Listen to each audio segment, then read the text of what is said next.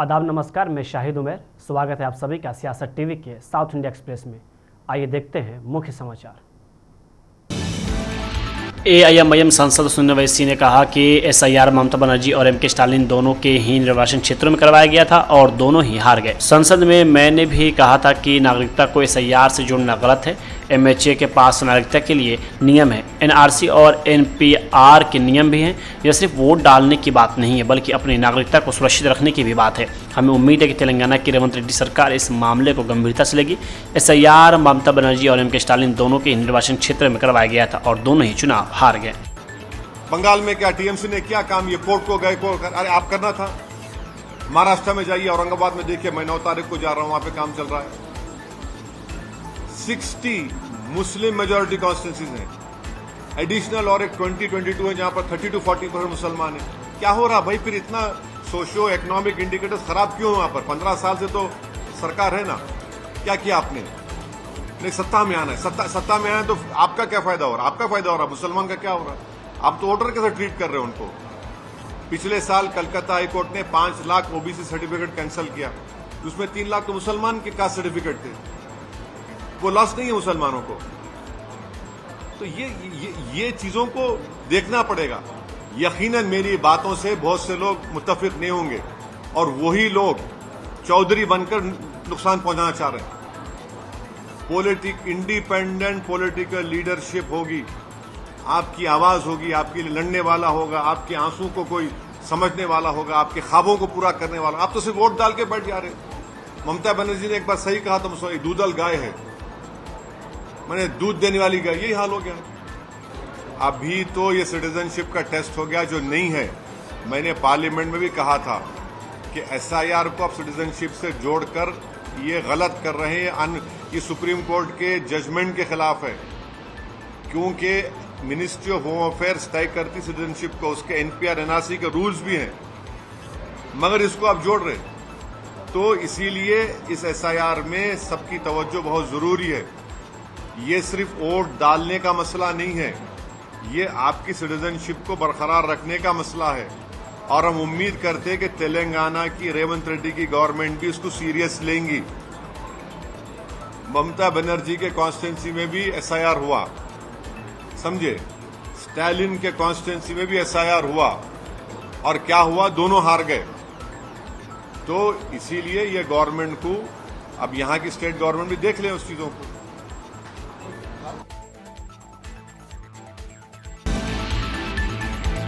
केरल विधानसभा चुनाव के परिणामों की तस्वीर साफ हो गई है। राज्य में कांग्रेस की धमाकेदार वापसी की है। कांग्रेस ने संयुक्त लोकतांत्रिक मोर्चा यानी यूडीएफ ने ऐतिहासिक वापसी करते हुए भारी जनादेश हासिल किया है। यूडीएफ की 102 सीटों पर जीत के साथ यह परिणाम केरल के चुनावी इतिहास में सबसे प्रभावशाली वापसी में से एक माना जा रहा है, जिसने माकपा नीत वाम लोकतांत्रिक मोर्चा की लगातार तीसरी बार सत्ता में लौटने की कोशिश को निर्णायक रूप से रोक दिया। सिर्फ कांग्रेस ही नहीं बल्कि कांग्रेस से निकले 2 अन्य ईसाई बहुल क्षेत्रीय दलों ने भी इस चुनाव में शानदार प्रदर्शन किया है। ये 2 दल हैं केरल कांग्रेस और केरल कांग्रेस जैकब ने अपने पारंपरिक किलों को न केवल सुरक्षित रखा है बल्कि भारी अंतर से जीत दर्ज कर अपनी राजनीतिक जमीन और मजबूत कर ली है।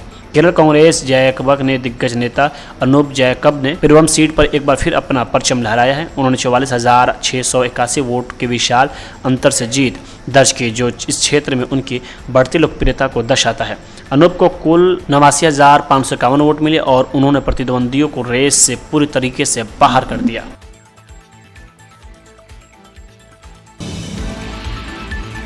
केरल विधानसभा चुनाव के परिणामों में इंडियन यूनियन मुस्लिम लीग अपनी ताकत का लोहा मनवाया है। मुस्लिम लीग ने उत्तरी केरल विशेष रूप से मलप्पुरम और कासरगोड जिलों में अपनी पकड़ को न केवल मजबूत रखा है बल्कि कई सीटों पर भारी अंतर से जीत भी दर्ज की है।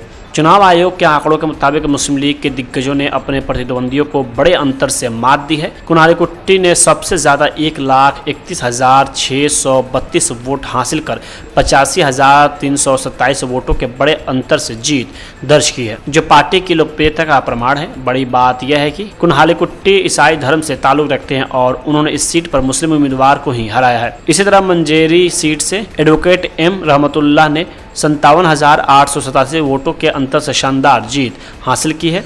रहमतुल्लाह को 1,13,622 वोट मिले थे, जहां कुछ सीटों पर जीत का अंतर बहुत बड़ा रहा। वहीं कुछ विधानसभा क्षेत्रों में कड़ा मुकाबला देखने को मिला। वहीं थिरूर और तानूर जैसी सीटों पर क्रमशः कुरकुल्ली मोइनुद्दीन और पीके नवाज ने अपनी पकड़ बनाए रखी। मोइनुद्दीन को 1,06,108 वोट मिली, वहीं नवाज को 91,992 वोट मिली। कोटियाड़ी में परकल अब्दुल्ला ने 10,922 वोटों के अंतर से जीत दर्ज कर पार्टी की स्थिति मजबूत की।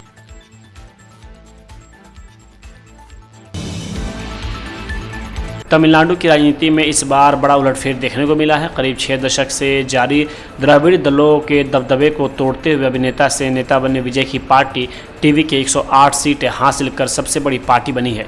पहली बार चुनाव लड़ने उतरी इस पार्टी ने शानदार प्रदर्शन करते हुए राज्य की राजनीति में अपनी मजबूत मौजूदगी दर्ज कराई है। हालांकि इस बड़ी जीत के बावजूद टीवी के अपने दम पर सरकार बनाने के लिए जरूरी बहुमत से थोड़ा पीछे रह गए हैं। 234 सदस्यीय विधानसभा में स्पष्ट बहुमत के लिए 118 सीटों की जरूरत होती है, जबकि टीवी के फिलहाल 108 सीटों पर जीत हासिल की है, यानी पार्टी को बहुमत से अभी भी 10 सीटों की कमी है। वहीं विजय ने 2 सीटों से चुनाव जीता है। नियमों के अनुसार उन्हें 1 सीट छोड़नी होगी, जिससे पार्टी की संख्या 1 और कम हो जाएगी। वहीं इसके अलावा सरकार बनने पर एक विधायक को स्पीकर बनाया जाएगा। स्पीकर सामान्य स्थिति में मतदान नहीं करता, जिससे मतदान में पार्टी की प्रभावी संख्या और घट जाती है। इन सभी समीकरणों को देखते हुए टीवीके को विधानसभा में बहुमत हासिल करने के लिए कम से कम 12 अतिरिक्त विधायकों के समर्थन की जरूरत पड़ेगी। सामान्य बहुमत के आंकड़े से कुछ कम रह गई टीवीके सरकार बनाने के लिए 3 सिनेरियो पर मंथन कर रही है।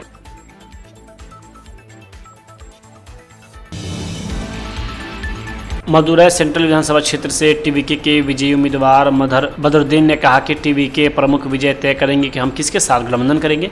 हमारी सरकार बनने के बाद हम गरीबों के उत्थान और विकास के लिए काम करेंगे। हमने राज्यपाल को एक पत्र भेजा है। ये विजय सर का जीत, ये सारी तमिलनाडु का गरीब लोग को आगे बढ़ाने का जीत। अलायंस किसके साथ होगी? किसके साथ अलायंस किसके साथ? अलायंस जो है हमारा प्रेसिडेंट जो है पार्टी के लीडर विजय सर उसके लिए डिसीजन करेंगे। वो कुछ अलायंस होएगा, विजय सर का सरकार बनेगा, विजय सर का गरीब का सरकार बनेगा, गरीब आगे बढ़ेगा। तमिलनाडु में एजुकेशनल डेवलप होएगा और हॉस्पिटल डेवलप होएगा। तमिलनाडु में विजय सर का सरकार बनेगा। गवर्नर के साथ क्लेम कर दिया आपने? गवर्नमेंट को तो लेटर दिए ही। विजय सर डिसीजन उठाएंगे, पूरा अच्छा होएगा। अब ये जनता के लिए अच्छा होगा। आज क्लेम करने जा रहे हैं राजभवन में आप लोग? वो डिसीजन क्लेम करने तो जाएगा ना, आज ही जा रहे हैं, वो बताएंगे। ओके। और पार्टी के हेडर्स पर जो वादे किए थे बड़े सारे मैनिफेस्टो में सब होंगे क्या? वादे किए थे जाएगी, आपके साथ लेफ्ट पार्टी जाएगी, कांग्रेस जाएगी।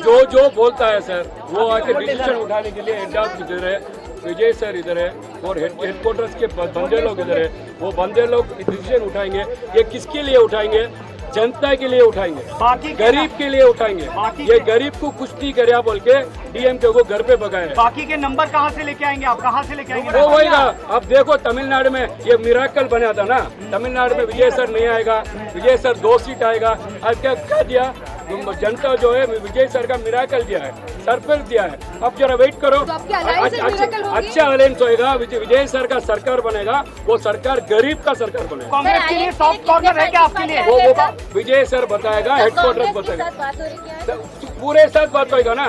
मेजॉरिटी है सर, मेजॉरिटी का बात होएगा, विजय सर बताएगा। Thank you so much, thank you so much, thank you so much.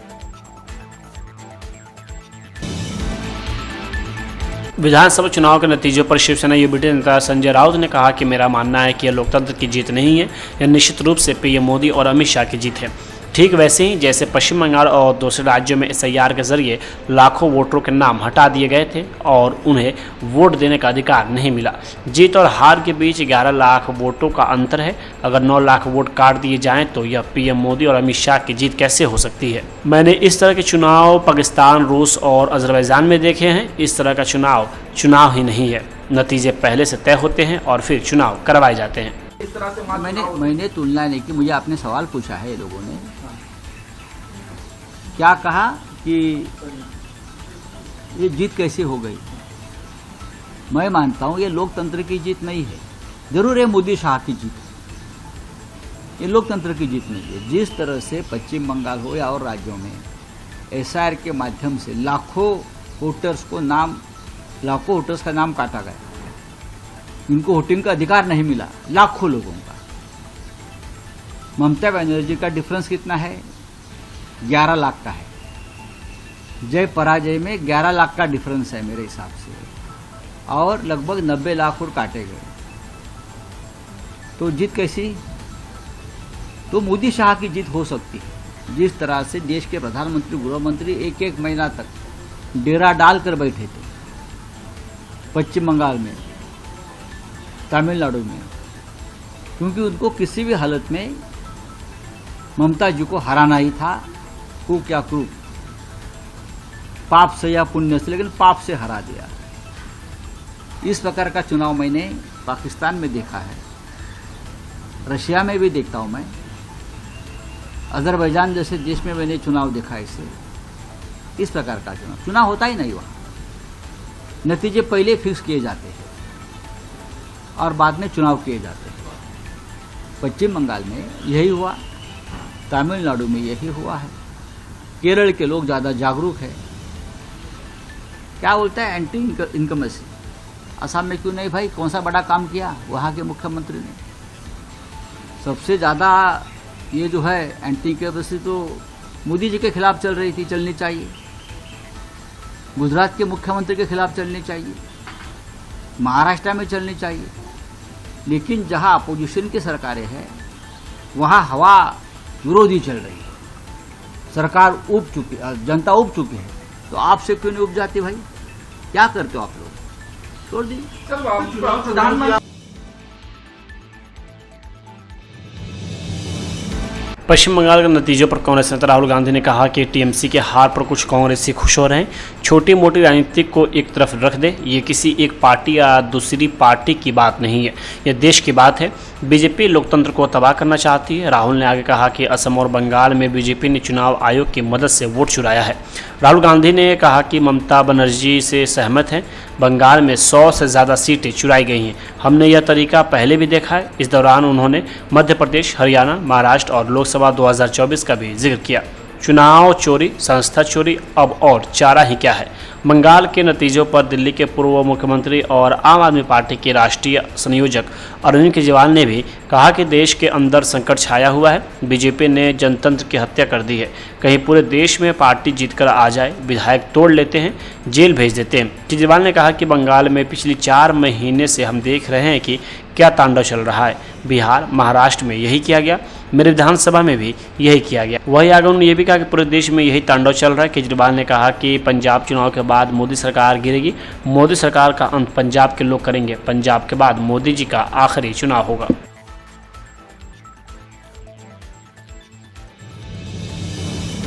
पूरे रेप और मर्डर केस पर महाराष्ट्र के डिप्टी सीएम एकनाथ शिंदे ने कहा कि यह घटना बेहद दुर्भाग्यपूर्ण है। यह जुर्म 4 साल के बच्चे के साथ किया गया है। आरोपी को जीने का कोई हक नहीं है, वे आदतन अपराधी है जिसे मौत की सजा मिलनी चाहिए। सरकार भी इसी दिशा में कोशिश कर रही है। तो नसरापुर की जो घटना है अत्यंत दुर्दैवी घटना है, दुर्भाग्यपूर्ण है। और ये 4 साल की छोटी बच्ची पर अत्याचार हुआ है और उसकी हत्या कर दी गई है। जो आरोपी है उसको सही कहेंगे तो उसको जीने का अधिकार नहीं है। ये हैबिचुअल है, बार बार ऐसे प्रकार के गुनाह उन्होंने अत्याचार किए हुए हैं। उसको फांसी की सजा लगनी चाहिए। तमाम सभी लोगों की, उसके परिवारजनों की मांग है। सरकार का भी यही कोशिश है। सरकार की भी इसमें एसपी पुलिस और डीजी साहब खुद मॉनिटर कर रहे हैं। मुख्यमंत्री महोदय जी इस पर ध्यान रखे हुए हैं और इसलिए ये पूरी तरह एसआईटी के गठित की गई है और विशेष कोर्ट भी उस केस के लिए अपॉइंट किया जाए, ऐसी मांग हाईकोर्ट से सरकार कर रही है। और निश्चित रूप से उसको सजाए मौत, फांसी की सजा उसको होनी चाहिए, ऐसा चार्जशीट फाइल करने वाली पुलिस कोशिश कर रही है। एक भी कोई भी मामला उसको कोई भी चांस न मिले, ये ऐसी पूरी कोशिश हमारी है और सरकार पूरी तरह से उसको फांसी की सजा लगाने के लिए कोर्ट से विनती करेगा। और मुझे विश्वास है कि ऐसे केस में कोर्ट भी मानवतावादी दृष्टिकोण रखकर ऐसे गुनाहगार को फांसी की सजा सुनाएगा। और ऐसे मामले में जो हैबिचुअल ऑफेंडर है, जो पैरोल पे छूटकर ऐसी वारदात या ऐसी घटना दोबारा करते हैं, ऐसे लोगों को पैरोल पर ना छोड़े, पैरोल पर उसको छुट्टी नहीं मिले, इसलिए भी गवर्नमेंट सरकार जो है ये कोर्ट से विनती करेगी, कोर्ट के पास अपील करेगी और कोर्ट को कहेगी कि ऐसे हैबिचुअल जो ऑफेंडर्स है उनको पैरोल पे न छोड़े. कालच्या निवडणुकीच्या संदर्भात सर